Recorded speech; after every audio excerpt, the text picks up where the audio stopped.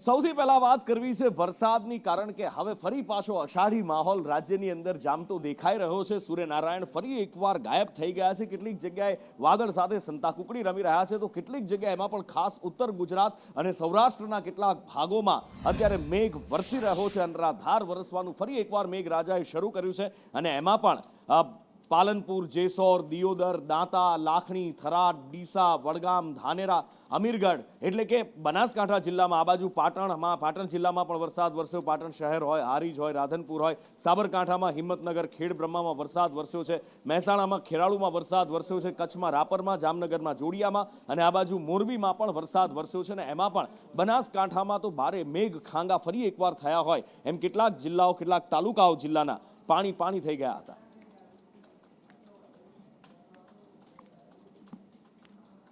આ બાજુ ધોરાજીમાં પણ વરસાદ થયો છે ને આ વરસાદ ખેડૂતોને આશીર્વાદ સમાન વરસાદ છે, કારણ કે વાવણી થઈ ચૂકી છે અને હવે ખેડૂતો સારા વરસાદની આશ રાખીને બેઠા છે। ત્યાં ધોરાજી તાલુકામાં પણ સારો એવો વરસાદ થયો છે। અલ્પેશ ફોનલાઈન પર જોડાયા છે। અલ્પેશ પાસેથી જાણીએ ક્યાં કયા ગામમાં કેવો વરસાદ, તાલુકામાં ખેડૂતો કેવા ખુશખુશાલ।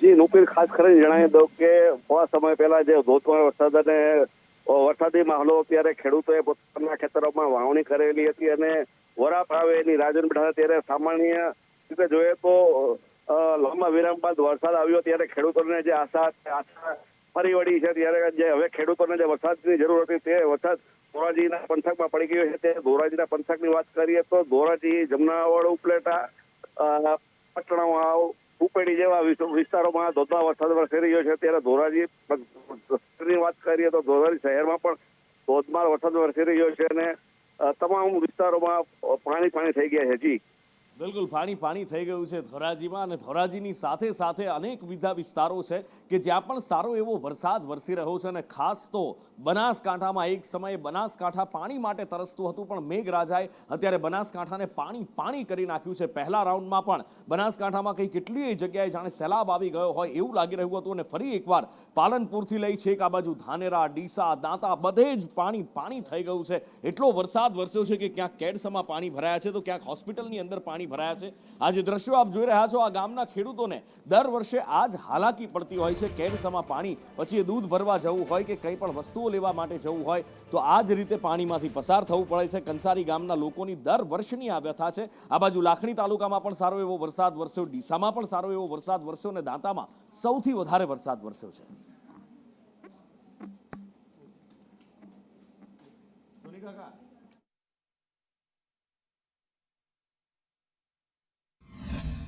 અમારે કોઈને ડિલિવરી હોય તો કેવી રીતે લેવાનું, કોઈને તાર તપ હોય તો કેવી રીતે લેવાનું, કોઈને દૂધ ભરાવાનું હોય તો કેવી રીતે લેવાનું। 10 વર્ષથી હોય એડો રસ્તો હોય, કોઈ બાળ બચ્ચોને નિશાળે ભણવા કે મોકલવાનો। પ્રજાપતિ નગરમાંથી શમશાન સુધી રસ્તો આ રીતે ચાલે છે અને અહીંયા બધો રસ્તો કૂવાનો ચાલે છે। દૂધ ભરાઈ નથી શકતા, છોકરા ભણવા નહીં, કોઈ દવાખાનું એમરજન્સી હોય દવાખાને લઈ જવું હોય તો કેવી રીતે અમારે લઈ જવું। ઘરોની અંદર પાણી આવે એવી પરિસ્થિતિ હતી, પણ વરસાદ રોકાઈ ગયો એના કારણે ઘરમાં પાણી નથી આવ્યું। પણ દાખલા તરીકે વાનવાળા સ્કૂલમાં જે છોકરાઓને લેવા માટે પ્રાઇવેટ વાનવાળાને આવે છે એ લોકો આવવાનો બંધ થઈ ગયા। 2 દિવસ સુધી એ લોકો નહીં આવે। દૂધની પણ પરિસ્થિતિ એવી જ છે કે દૂધ પણ મળતું નથી, કારણ કે દૂધ જે ફેરિયાઓ દૂધ આપવા માટે આવતા હતા, પણ એ ફેરિયાઓ અત્યારે હવે દૂધ પાણી ભરાઈ જાય તો એમને ક્યાં એવું તો પડ્યું હોય કે આપણા છેક ઘર સુધી જઈને અમારે પણ આ બાજુ પાણીનું ક્રોસિંગ કરવું હોય, ચાલતા જવું હોય તો જઈ શકાય એવી પરિસ્થિતિ નથી। ઢીંચણસામાં પાણી છે। કોઈ વ્યવસ્થા નથી। પાણીની નિકાલની વ્યવસ્થા પહેલાં અમારે હતી, પણ એ લોકોએ આગળ વરંડો ચણી દીધો છે, બરાબર છે। એટલે વરંડાના કારણે ત્યાં પાણી જવાનો માર્ગ બિલકુલ રોકાઈ ગયો છે, બરાબર છે। એની મનમાની કરી અમે કીધું તો એને રજૂઆત કરી કે ભાઈ 2 નાળા મૂકી દે અને પાણીનો નિકાલ કરી આપો ભાઈ, પણ એ બિલ્ડરે કોઈની વાત સાંભળી નહીં અને એને સીધો જેસીબીને બધું લાવી અને જે મિક્સર મશીનથી કોન્ક્રીટનો આખી દિવાલ ચણી દીધી છે। ગુજરાત સરકારનો આભાર માનીશ કે એમના દ્વારા જે પણ યોજનાઓ બનાવવામાં આવી તે આજે સાર્થક નીકળી।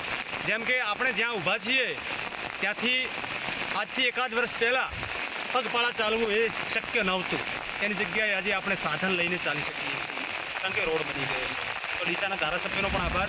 દાંતા તાલુકામાં ભારે પડેલા વરસાદના કારણે જે દાંતાની જે રેફરલ હોસ્પિટલ આવેલી છે તે આપ જોઈ શકો છો. અહીંયાના જે દ્રશ્યો છે ત્યાં જે રાત્રે પડેલા વરસાદના કારણે અહીંયા પાણી ભરાયા હતા અને પાણી છે તે હોસ્પિટલ સુધી છે કે અંદર સુધી પાણી ભરાયા હતા અને કહી શકાય છે કે જે અંદરના જે સાધનો હોય છે હોસ્પિટલના એ સાધનોમાં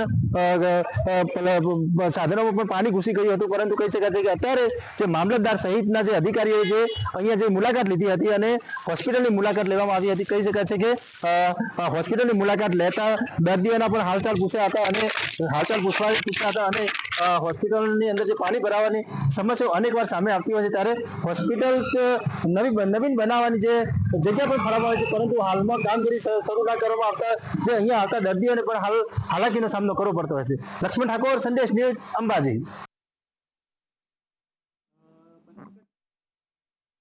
હવે તમને લઈ જવા છે બનાસકાંઠાના ધાનેરામાં અને અહીંયા વિકાસની ખરી હકીકત તમને બતાવવી છે. અહીંયા વિકાસ, અહીંયા ગ્રામ પંચાયત છે, ગ્રામ પંચાયતની અંદર આધુનિક સાધનો છે, કોમ્પ્યુટર છે, બધું જ છે, પણ અત્યારે તાડપત્રી નીચે ઢંકાયેલા છે. એનું કારણ એ છે કે બિલ્ડિંગ ગ્રામ પંચાયતનું જર્જરિત છે અને જો કામ કરવું હોય તો તાડપત્રી માથે ઓઢીને કામ કરવું પડે છે, કારણ કે કોમ્પ્યુટર પલળેની એનું ધ્યાન રાખવું પડે છે. ધવલ ફોનલાઈન પર જોડાયા છે મારી સાથે. ધવલ, આખરે આ ટેકનોલોજી પહોંચાડી દીધી છે, અહીંયા આગળ ઇન્ટરનેટ પહોંચી ચૂક્યું છે, પણ એક મકાન સારું બનાવતા શું જાય છે એ સવાલ થાય. નુપુર, ચોક્કસથી રાજ્યની સરકાર છે તે વિકાસની મસ્ત મોટી વાતો કરી રહી છે, પરંતુ આ વિકાસના દાવાઓ ક્યાંક ને ક્યાંક બનાસકાંઠા જિલ્લામાં પોકળ સાબિત થઈ રહ્યા છે. ધાનેરાના ભાટીબની ગ્રામ પંચાયતનો એક વિડીયો છે તે વાયરલ થયો છે. મહત્વની વાત છે કે આ ભાટીબ ગ્રામ પંચાયત છે તે છેલ્લા કેટલાય સમયથી જર્જરિત સ્થિતિમાં છે.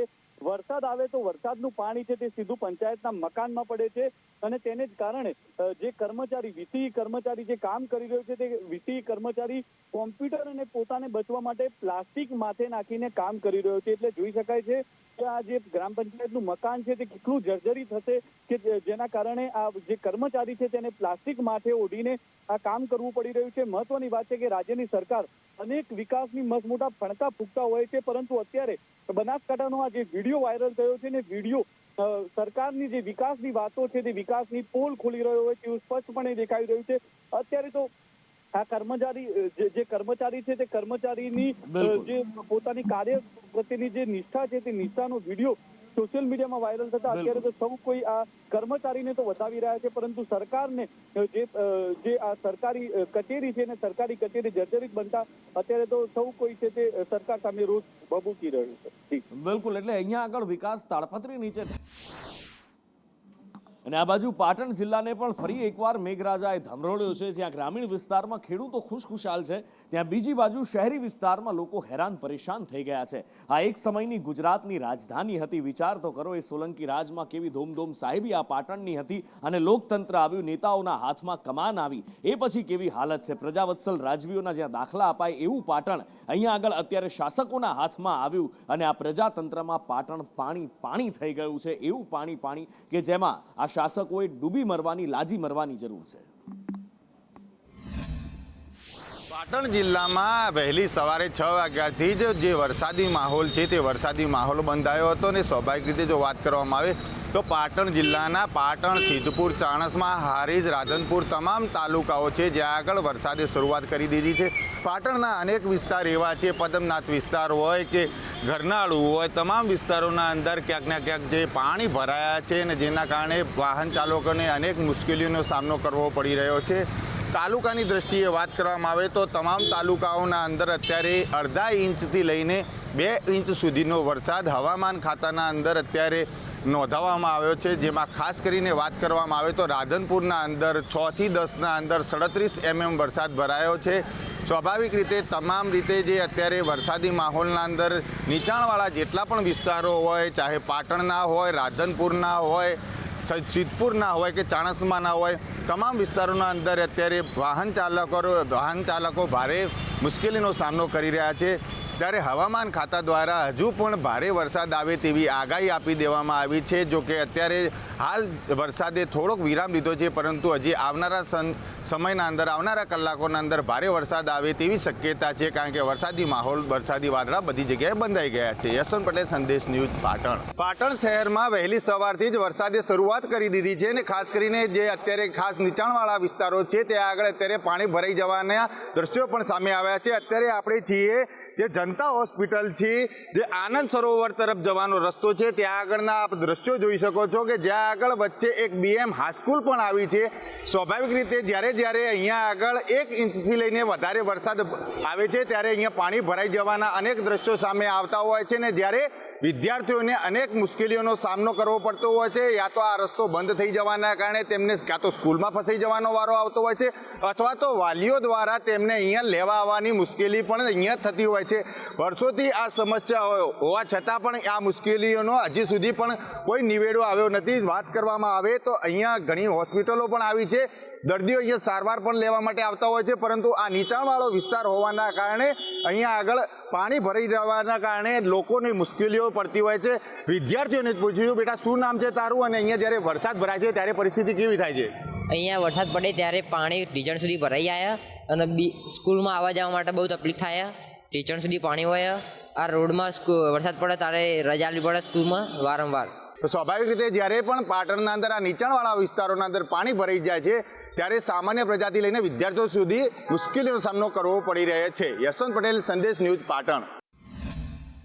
સૌરાષ્ટ્રમાં પણ મેઘરાજા ઓળઘોળ થયા છે. એમાં પણ ઉત્તર સૌરાષ્ટ્રમાં મોરબીમાં ફરી એકવાર વરસાદ વરસ્યો છે. લાતી પ્લોટ, આલાપ રોડ, આ બધી જ જગ્યાએ પાણી ભરાઈ ગયા છે. નહેરુ ગેટ, કન્યા છાત્રાલય રોડ પર પણ પાણી ભરાયા છે. અને એક સમયે જે સૌરાષ્ટ્રનું પેરિસ કહેવાતું હતું એ મોરબીના હાલ કેવા બેહાલ થયા છે એ અહીંયા દેખાઈ આવે છે. એક બાજુ જ્યાં મોરબીના ધારાસભ્ય ચેલેન્જ સ્વીકારવા અને રાજીનામું રમવા માટે ગાંધીનગર દોડી જાય છે, ત્યાં એમના જ ક્ષેત્રની અંદર રોડ રસ્તાની આવી હાલત, જ્યાં ગાડીના ટાયર ડૂબી જાય એટલું પાણી ભરાય, વરસાદ રોકાયા પછી પાણીનો નિકાલ ના થાય એ નથી દેખાતું. પણ જ્યાં ધારાસભ્યને રમત સૂઝતી હોય રાજીનામાની, એ વિસ્તારમાં બીજી અપેક્ષા પણ શું રાખી શકાય?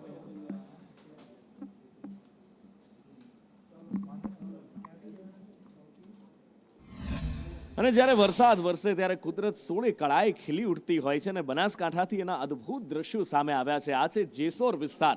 આ રીંછનું અભયારણ્ય છે અને અરવલ્લીની ગિરિમાળાઓ વચ્ચે અત્યારે કુદરતી સૌંદર્ય ખીલી ઉઠ્યું છે. નદીઓમાંથી વહેતું ખળખળ પાણી છે અને એની સાથે સાથે ડેમમાં જમા થતું પાણી દેખાઈ રહ્યું છે. અને ડેમમાં જ્યાં પાણી જમા થાય છે ત્યાં મગરોમાં પણ જાણે નવા પ્રાણ ફૂંકાયા હોય એ દ્રશ્યો આગળ આવશે. તમને બતાવીશું કે મગર પણ ડેમમાં તરતો દેખાયો છે. પણ એ પહેલાં આ દ્રશ્ય એવું છે કે આંખોમાં ભરી લઈએ. અને આ ડેમની અંદર કેદારનાથ ડેમમાં મગર તરતો પણ દેખાયો છે. આ પાણી જેસોરનું કેદારનાથ ડેમની અંદર જાય છે અને કેદારનાથ ડેમમાં પાણી ભરાય છે. તો બીજી બાજુ માઉન્ટ આબુના દ્રશ્યો જોઈ અને ગાડીનો સેલ્ફ મારી દેશો કે ચાલો ભાઈ શનિ રવિ જ છે, એક આંટો મારી આવીએ. કેવા અદ્ભુત પાણીના ઝરણા વહેતા થયા છે અને એની સાથે સાથે આબુમાં વરસાદી માહોલ મસ્ત જામ્યો છે અને સહેલાણીઓનું ઘોડાપૂર અહીંયા ઉમટી પડ્યું છે.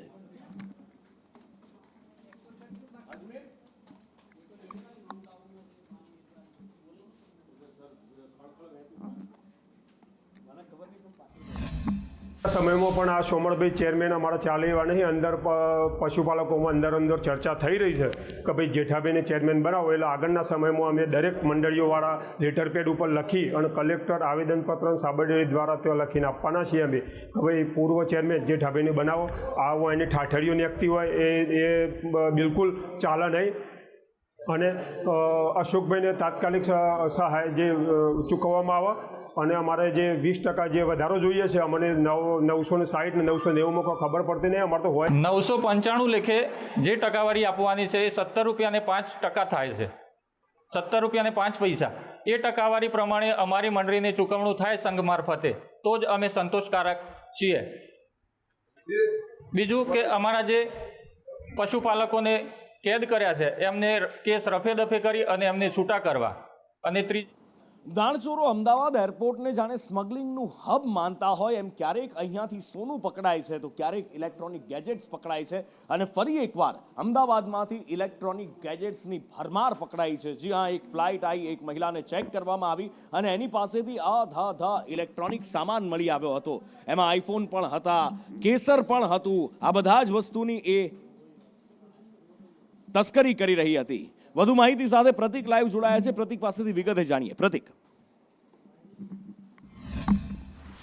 નુપુર અમદાવાદ એરપોર્ટ જાણે ડાર્ક રિસોર્સ માટેનું હબ બની રહ્યું તેમ લાગી રહ્યું છે, કારણ કે છેલ્લા 6 મહિનામાં અમદાવાદ એરપોર્ટ ઉપરથી 200 કિલો હાઇબ્રિડ ગાંજો ઝડપી પાડવામાં આવ્યો છે। ત્યારે ગઈકાલે અમદાવાદ એરપોર્ટ ઉપરથી એક મહિલાને ઝડપી પાડવામાં આવી છે। આ મહિલા દાણ ચોરી કરીને મોબાઈલ ફોન લાવી રહી હતી। તેની પાસેથી 12 આઈફોન 16 પ્રો મળી આવ્યા છે, જે ખૂબ મોંઘી કિંમતના છે। સાથે જ આઈફોનની વોચ મળી આવી છે। આ સાથે જ એક લેપટોપ અને 1 કિલો કેસર મળી આવે છે। કુલ મુદ્દામાલની જો વાત કરવામાં આવે તો કુલ 45 લાખની કિંમતનો મુદ્દામાલ છે, જેને ટેક્સ ચોરી એટલે કે કર ચોરી કરીને લાવવામાં આવતો હતો। એરપોર્ટના એર ઇન્ટેલિજન્સ યુનિટ દ્વારા આ મહિલાને ચેકિંગ કરવામાં આવ્યું હતું। તો શંકાસ્પદ લાગી હતી। ચેકિંગ કરતાં જાણવા મળ્યું હતું કે તેની પાસે ખૂબ મોટા પ્રમાણમાં મોબાઈલ ફોન, આઈફોનની વોચ હતી, તેમજ તેની પાસે લેપટોપ અને 1 કિલો કેસર હતું। આ જે તમામ વસ્તુઓ છે તેના પાસે કસ્ટમ ડ્યુટી નહોતી, કસ્ટમ ડ્યુટી તેને નહોતી ચૂકવી, અને આ જ કારણથી એરપોર્ટ ઇન્ટેલિજન્સ યુનિટ દ્વારા તેને પર આઈટી એક્ટ 1962 અંતર્ગત તેની કસ્ટમ ડ્યુટી છે, કસ્ટમ એક્ટ અંતર્ગત તેની ધરપકડ કરવામાં આવી છે। હાલ આ મહિલા છે તેને કસ્ટમ વિભાગને સોંપવામાં આવી છે, અને આ મહિલા કોના કહેવાથી આ પ્રકારનું કરી રહી હતી, તેમજ તેના પાસપોર્ટનું પણ ચેકિંગ કરવામાં આવ્યું છે કે ભૂતકાળમાં તેણે આ પ્રકારની કેટલી ટ્રીપો મારી છે તે બાબતની તપાસ હાથ ધરવામાં આવી રહી છે। આ બાજુ વડોદરા રેલવે સ્ટેશનથી સોનું ઝડપાયું છે, અને એ પણ કેટલાની કિંમતનું? 6 કરોડ રૂપિયાનું સોનું વડોદરા રેલવે સ્ટેશનથી ઝડપાયું છે। કૃણાલ જોડાયા છે મારી સાથે। કૃણાલ, કોની પાસેથી કેવી રીતે ઝડપાયું આ સોનું? મોહિત નામનો આ એક મેન છે જે મુંબઈથી વંદે ભારત ટ્રેનમાં બેઠો હતો, ચેમ્બુરથી તે બેઠો હતો। વડોદરા રેલવે સ્ટેશન જ્યારે તે ઉતર્યો ત્યારે તેના થેલામાં કંઈ શંકાસ્પદ હોવાનું રેલવે પોલીસને લાગ્યું હતું। ત્યારે તેને પૂછપરછ હાથ ધરાઈ હતી। તેના થેલાની તપાસ કરતા અંદરથી સોનાનો એક જથ્થો મળી આવ્યો। તેનું વજન કરતા 6 કિલોથી વધુ હોવાનું સામે આવ્યું હતું। 6 કરોડથી વધુની કિંમતનું આ સોનું છે। તેની પૂછપરછ થતા તેની પાસેથી કોઈ બિલ કે અન્ય સંતોષકારક ચીજ વસ્તુ ન મળી આવતા આખરે તેની પૂછપરછ કરતા આ સોનું તે વડોદરા ખાતે કેટલાક સોનીઓને વેચવાનો હતો, મળવાનો હતો, તે પહેલા તે ઝડપાઈ ગયો છે। હવે આ તે સોનું ક્યાંથી લાવ્યો અને કોને વેચવાનો હતો, અગાઉ કોને વેચ્યું છે કે કેમ, તે અંગે હાલ તપાસ હાથ ધરવામાં આવી છે। પરંતુ આટલો મોટો જથ્થો રેલવે સ્ટેશન પર કોઈ સોનું લઈને આવે તેને લઈને પોલીસ પણ સજ્જ થઈ ગઈ હતી। હજુ કૃણાલ, કઈ ટ્રેનમાંથી આ વ્યક્તિ ઉતર્યો હતો? એ ટ્રેન ક્યાંથી આવી હતી? ક્યાંથી આ વ્યક્તિ આવ્યો હતો? શું કોઈ એ માહિતી મળી રહી છે કે કેમ? મુંબઈથી દિલ્હી તરફની આ ટ્રેન હતી। વંદે ભારત ટ્રેનમાં તે બેઠો હતો અને વડોદરા ખાતે રેલવે સ્ટેશન પ્લેટફોર્મ નંબર 1 પર ઉતર્યો હતો, અને ત્યારે જ રેલવે પોલીસને શંકાસ્પદ લાગતા આખરે તેના થેલામાંથી આ 6 કરોડનો સોનાનો જથ્થો ઝડપી પડાયો હતો। સોનું પકડાયું છે। એ 6 કરોડ રૂપિયાનું સોનું કેટલું હોય એ થોડી જ વારમાં તમને બતાવવું છે। આ એ સોનું છે, 6 કરોડ રૂપિયાના સોનાના દાગીના હતા। જો કે કોઈ સોનાની લગડી, સોનાની ઈંટ લઈને નહોતો આવ્યો, મુંબઈથી આ સોનું લઈને આવ્યો હતો। પણ મુંબઈમાં ક્યાંથી લાવ્યો હતો કે પછી મુંબઈથી જ કોઈ જગ્યાએથી લઈને આવ્યો હતો? મોટાભાગની સોનાની બંગડીઓ છે, 6 કરોડ રૂપિયાની આ સોનાની બંગડીઓ છે જે મુંબઈથી લઈને આવ્યો હતો। અને મુંબઈથી જ્યારે એ લઈને નીકળ્યો હતો તો શું એની સાથે કોઈ હતું કે કેમ? અહીંયા અમદાવાદ જ્યારે વડોદરામાં કોઈને આપવાની છે બંગડીઓ, સોનીઓને વેચવાની હતી તો કોને વેચવાની હતી? કેવી રીતના કાળોબાર ચાલી રહ્યો હતો? તેની પાસે કોઈ બિલ હતા કે કેમ? હવે એની તપાસ ચાલી રહી છે અને આવનારા સમયમાં મોટા ખુલાસા થઈ શકે છે।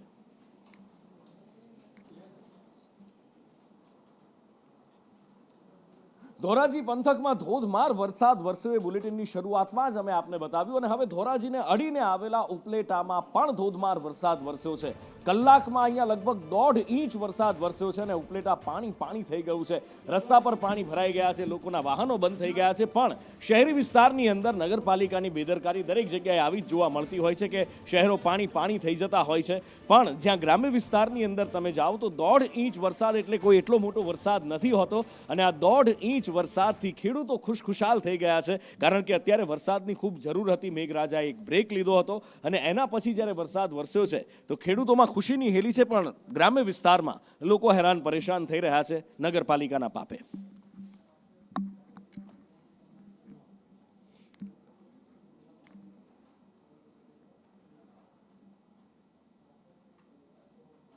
જામનગરમાં એક પિઝા પાર્લર સીલ કરવામાં આવ્યું છે। કેટલાક લોકો સ્વાભાવિક રીતે આપણે જ્યારે પરિવાર સાથે થોડી હળવાશની પળો માણવા માટે અથવા તો પરિવારમાં રસોડાને બ્રેક આપવા માટે બહાર જમવા જતા હોઈએ છીએ, એમ એક પરિવાર અહીંયા આગળ ગયો હતો અને જ્યારે પિઝાનો ઓર્ડર કર્યો તો એ પિઝામાંથી મચ્છર નીકળ્યો હતો। કડવો અનુભવ થયો એને, અને જ્યારે એણે પિઝા શોપના માલિકને વાત કરી તો ઉડાવ જવાબ મળ્યો। એણે વિડીયો બનાવ્યો અને પછી એણે હેલ્થ વિભાગમાં જાણ કરી હતી। કોર્પોરેશને કાર્યવાહી કરી છે। ઉપેન્દ્ર પાસેથી જાણીએ। ઉપેન્દ્ર, જામનગરમાં રણજીત સાગર રોડ ઉપર એક ગ્રીન સિટી આવેલું છે, ત્યાં એક પિઝા પાર્લર આવેલું છે। આ પિઝા પાર્લરમાં એક વ્યક્તિ પિઝા ખાવા માટે નીકળ્યો હતો અને પિઝા ખાધા પીઝા જે જમી રહ્યો હતો તે દરમિયાન તેમાંથી મરેલો મચ્છર છે તેમાંથી નીકળ્યો હતો અને તેને આ સમગ્ર બાબતે સ્થાનિક પીઝા પાર્લરને જાણ કરી હતી, પરંતુ પીઝા પાર્લર દ્વારા અયોગ્ય જવાબ નીકળતા તેને બાબતે ફૂડ વિભાગને જાણ કરી હતી. ફૂડ વિભાગ એક્શનમાં આવીને રેસ્ટોરન્ટમાં તપાસ કરવામાં આવી હતી, જે આ રેસ્ટોરન્ટમાં અનહાઇજેનિક કન્ડિશન જોવા મળી હતી અને ફૂડ વિભાગ દ્વારા અચોક્કસ હાઇજેનિક સર્વ ન થાય ત્યાં સુધી હાલ અત્યારે રેસ્ટોરન્ટને સીલ કરવામાં આવ્યું છે. અને આગળ વાત કરવી છે સુરતની, કે જ્યાં મહાનગરપાલિકા અને કલેક્ટર બંને સામે આવી ચૂક્યા છે. બે તંત્ર સામે આવ્યા છે એ એના માટે કે એક જમીનનો ડખો છે અને એના માટે આ બંને તંત્ર સામે આવી ગયા છે. મહાનગરપાલિકાએ કલેક્ટર હસ્તકની જગ્યા પર કબજો જમાવ્યાનો આરોપ લાગી રહ્યો છે. સિટી સર્વે કચેરીએ મહાનગરપાલિકાને નોટિસ ફટકારી છે.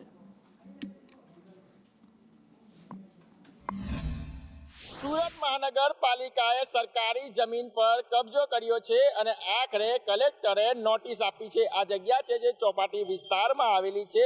મહાનગરપાલિકાને 15 વર્ષ માટે લીઝ પર આપી હતી. જે જગ્યાની મુદત પૂરી થતા બાદ જગ્યાનો કબજો પાલિકાએ કલેક્ટરને પરત આપવાનો હોય છે, પરંતુ પાલિકા તંત્ર જગ્યા પરત આપવાના બદલે જે જગ્યા પર દુકાનો બનાવી બારોબાર ભાડે આપી દીધી છે, જેના કારણે વિવાદ સર્જાયો છે. કારણ કે નિયમ પ્રમાણે પાલિકાને લીઝ પર આપેલી જગ્યાની મુદત વધારવા માટેની કાર્યવાહી કરવાની હોય છે અથવા તો જે જગ્યા પરત આપવાની હોય છે, ત્યારે આવી કોઈ પણ પ્રક્રિયા કર્યા વિના પાલિકાએ દુકાનો બનાવી ભાડે આપી દીધી છે. તે વાત કલેક્ટર તંત્રને ધ્યાને આવતા પાલિકાને નોટિસ આપીને જગ્યા પરત કબજે આપવાનો જે કહેવાય કે જણાવ્યું છે. એટલે કહેવાય કે સુરત મહાનગરપાલિકા અને સરકાર જે છે તે આમને સામને આવી ગઈ હોય છે. આખરે કલેક્ટરે આ જગ્યા સરકારને પરત આપવા માટેની નોટિસ ફટકારી છે અને ત્યારે હવે જોવું રહ્યું કે મહાનગરપાલિકા તરફથી હવે કઈ રીતના આ બાંધેલી દુકાનનો કબજો છે તે પાછો અપાવે છે અથવા તો લીઝ છે તે રિન્યુ કરાવે છે.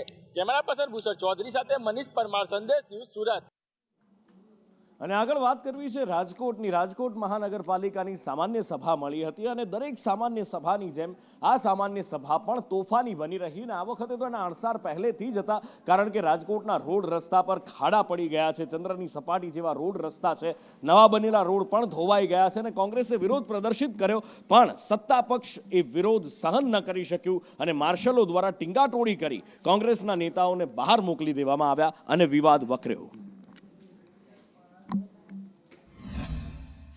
રાજકોટ શહેરમાં ભંગાર રસ્તાઓને લઈને કોંગ્રેસ દ્વારા અનોખો વિરોધ કરવામાં આવી રહ્યો છે. જનરલ બોર્ડની અંદર પ્રજાના એક પણ પ્રકારના પ્રશ્નો લેવામાં નથી આવ્યા, એ પ્રકારનો વિરોધ છે. સાથે જ હાથની અંદર પાટાપિંડી સાથે નગરસેવકો આવ્યા છે. કોમલબેન, શું કહેશો? રાજકોટની જનતા વિરોધ કરી રહ્યા છો, પાટાપિંડી બાંધ્યા છે. ખાડા ખબડા રાજકોટમાં બહુ વધી ગયા છે. લોકોના કમરના દુખાવા થઈ ગયા છે. લોકોને મણકાના દુખાવા થઈ ગયા છે. કેટલાય લોકોના પડવાથી હાથ પગ ભાંગવાના પણ બનાવો રાજકોટમાં બન્યા છે. એનો વિરોધ પ્રદર્શિત કરવા માટે અમે રાજકોટ મહાનગરપાલિકાના ભાજપના આંધળા શાસનને જગાડવા માટે અમે આ યુક્તિ અજમાવી છે. કદાચ ભગવાન એને સદબુદ્ધિ આપે અને વિચારે અને રાજકોટનું સારું વિચારે એવી રાજકોટના જનરલ બોર્ડમાં પણ અમે અંદર પ્રાર્થના કરવાના છીએ લોકોને. હાથમાં પાટા, કમરે પટ્ટો, આ કમર, મારી ઉંમર 60 વર્ષ થઈ ગયા છે, એટલે રાજકોટના લોકોની પરિસ્થિતિ 60 વર્ષની કેવી થાય એનો અનુભવ કરતા આ પાટો છે. કારણ એમાં મણકાના દુખાવા થઈ જાય, લોકો મોટરસાઇકલ ચલાવી નથી શકતા. હાથમાં એટલા માટે છે કે હાથમાં બધા લોકોને જ્યાં જ્યાં હાથમાં અને પગમાં વારંવાર ખાડામાં પડવાથી એક્સિડન્ટ થયા છે અને રાજકોટમાં કેટલાય લોકોના હાથ પગ ફ્રેક્ચર થયા છે. આંધળા શાસકોને બતાવવા માગીએ છીએ કે રાજકોટની પરિસ્થિતિ આ છે, હવે સુધરો. આજે જે નાટક ડ્રામા કરેલા હતા તેમાં હું એને પણ પૂછું કે કયા ડૉક્ટર પાસે તમે ટ્રીટમેન્ટ લીધી હતી, ફ્રેક્ચર થયું હતું, મણકા ડેમેજ થયા હતા, ક્યાં અકસ્માત થયો હતો. પણ પોતાના વિસ્તારની અંદર ક્યાંય ખાડા હોય તો એક પણ પદાધિકારીને એને જાણ કરેલી નહોતી કે અમારા વિસ્તારની અંદર આ બાબતની અમને અગવડતા છે. આપણે 15 નંબર વોર્ડની અંદર પણ એટલા જ કામો અન્ય વોર્ડમાં કરી છે, એટલા જ કામો ત્યાં પણ આપણે કરી દીધા છે.